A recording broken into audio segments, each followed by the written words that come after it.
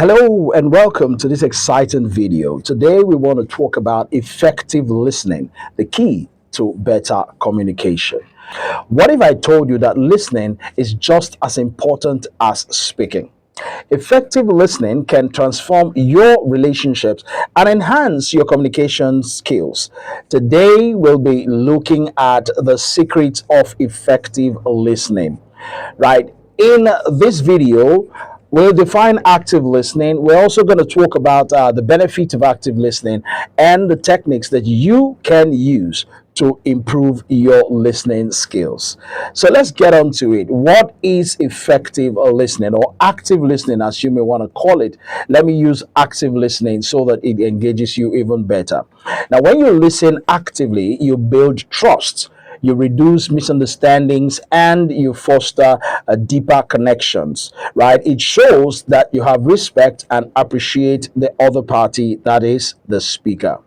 In professional context, by the way, active listening can lead to better teamwork. It can also lead to improved problem solving and increased productivity in the workplace. In personal relationships, it can also strengthen bonds and create a sense of intimacy. This is very important. Okay, so I'm going to be sharing with you right away the techniques that you can utilize in active listening. Now, I have tried a couple of these techniques, and that's why I can guarantee you that they work effectively because I have used them and they've improved my communication and the relationships that I've built over time. And in building relationships, I have learned that people believe you more, people trust you more, people engage more with you when they know that whatever they say matters a lot to you and you pay close attention to all that they have to share. And that can only be achieved through this tool we call active listening. So let's get on to the techniques that I want to share with you today. I'm going to start with the very first technique, which is paraphrasing. Now, paraphrasing is actually you repeating back to the speaker what they have said, but in your own words. Now, take note of that. You're repeating what the speaker said, but not in their words, in your own words. That's what it means to paraphrase. Now, why is paraphrasing very important? Now, paraphrasing is important because it makes the speaker know that you actually understand what he or she is saying. It tells them that you are listening, and you're not just listening, you are paying rapt attention to everything that they are saying, and you are engaged in the conversation.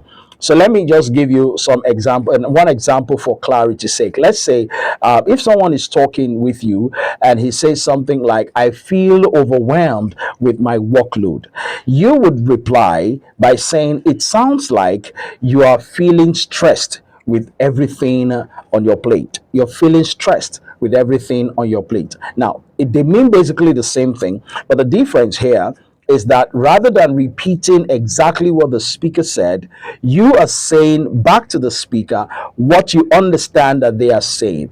And the essence of paraphrasing is if what you have said is not what the speaker intended, the speaker will say, "Oh, well, yeah, you have an idea of what I mean, but this is exactly what I mean." So the speaker understands that you're not just engaged in that conversation, you're not just listening, but you are listening with intent, and your intention is to understand what they're actually driving at. And that shows that you are participating in that conversation actively, not just by means of listening and looking at them, but you are actually engaging in the conversation with a hope and with an intent of understanding what the speaker is saying and the message that the speaker intends to drive home. So paraphrasing has always worked for me, and I trust that as you apply it in your own conversation, in communication, and in this business of active listening, you will see how powerful and useful this can be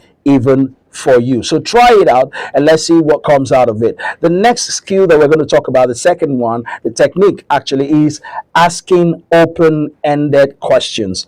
Asking open-ended questions. The reason why I recommend open-ended questions is this. Open-ended question closes every opportunity for a yes or no answer.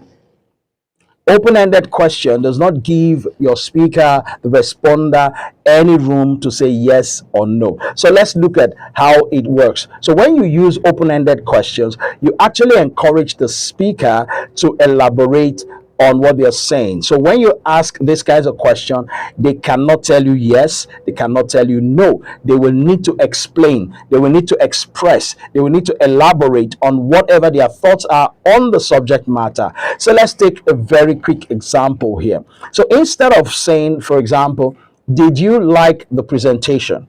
Did you like the presentation? Now, that question is a close ended question. Did you like the presentation? The answer you're going to get is yes or no. But if you ask an open ended question like, what did you like most, or what did you find most interesting about the presentation? What did you find most interesting about the presentation? When you ask that kind of question, you are getting the speaker to a position where he or she will need to elaborate in giving their answers. So they can't tell you no. They can't tell you yes, because it doesn't make sense. If you say, what did you like most about the presentation? I say no, it doesn't make sense. I say yes, it doesn't make sense. So the speaker will need to elaborate by expanding on the areas that, or something about the presentation that worked well with them or didn't sit well with them. So you will be able to get them to speak up, and in speaking, they're going to be thinking about the best way to actually craft what they have to say. So this is a technique that I often use, which is open-ended question. It helps because it makes the person pay more attention to you in the course of conversation, and it works both ways. So let's look at another interesting technique that you can also utilize, which is providing feedback. Now, feedback is critical for a lot of reasons. Okay, when people talk to you, do not just stand and gaze into their eyes. Don't stand and just look at them. Please do well to provide feedback. Your feedback could be one of the following, or all of the following. It could be a nod, you could smile, right? You could use verbal affirmations. Verbal affirmations like, I see, really interesting, I understand, yes, I get the point, right? You also could, like I said, nod, smile. You know, there are some things people will tell you that requires you to smile. There are places people will speak to you that requires you to shake your head. Maybe they tell you a story of something that happened and it was a very painful scenario that they painted. Like, wow, that must have been very hurtful. So those kinds of feedback show that you are part of the conversation and you're listening intently to what they are saying. You're actively listening and you are part of the conversation. So those kind of feedback, they're very interesting and it helps. So let me say, you can also summarize the key points to show that you're following the conversation. For example, so you're saying that the new policy will improve efficiency, right? So you're saying that the new policy will improve efficiency, right? So when you say right, you're actually saying, I'm trying to check if what you have said all along, I get it clearly and I understand, because I'm listening to you, but I want to follow through to ensure that what I am saying or what I'm thinking in my head aligns with what you're actually saying. So these are feedback that you can also provide that would help the conversation and make you a very good listener. Okay, so let's look at another one. Another technique is what I call avoiding interruptions. Avoiding interruptions. Okay, a lot of times when we engage in conversations, the interruptions are bound to be, but you need to avoid it. I was in a meeting a few days back, and this happens often in meetings.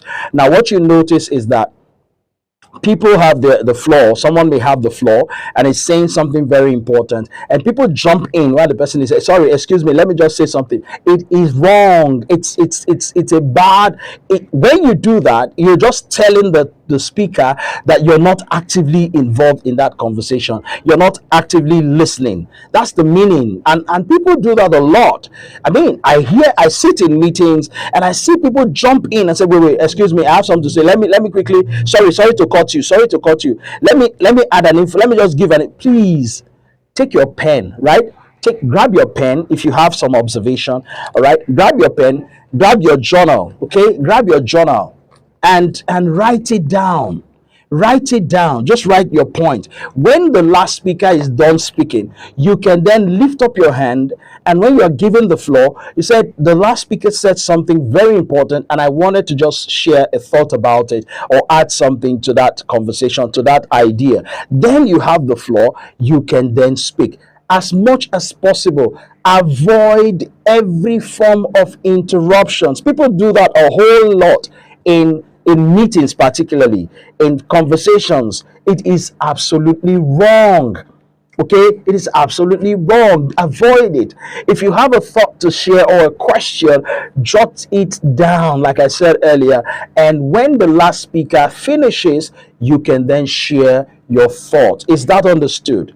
This is very important. It's very important, right? So you need to, I have seen this a lot, and we need to avoid it. We need to avoid it, because the point is, when you jump in, you show that you don't value the input of the person speaking. You want to quickly show that you know better, or you understand the subject matter more than the speaker, or you have a better opinion to quickly slide in. No, please avoid it. Okay, when you listen and allow the person to speak and to complete their thoughts, then you are showing and creating an environment where everyone is valued and understood. And this also works in personal relationships.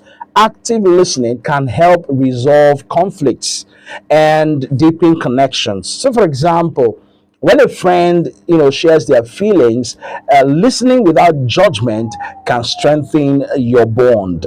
This is very important. There are temptations that will come, like you need to say something, you need to respond, you need to add. No, do not. I repeat, do not. Allow the person to finish. Do not jump in on the person. And when they are done, don't judge. You can now share your thoughts. So let's check what we've learned today in this video. Today we explored the importance of effective listening and techniques to enhance your listening skills. Now, I want you to try these listening strategies in your next conversation and share your thoughts. Share your thoughts with me in the comments. I will respond to them. Share your thoughts, and don't forget, please like and subscribe to this channel. Most importantly, hit the notification bell so that you'll be the first to get every powerful video that we share and upload on this channel. You'll be the first to get tips in communication, and I believe that this has provided great value for you. Continue enjoying our videos as we continue to post and upload videos that will engage you and improve your skill set. From me to you is Dr. Emmanuel Dogba. Enjoy the rest of your time.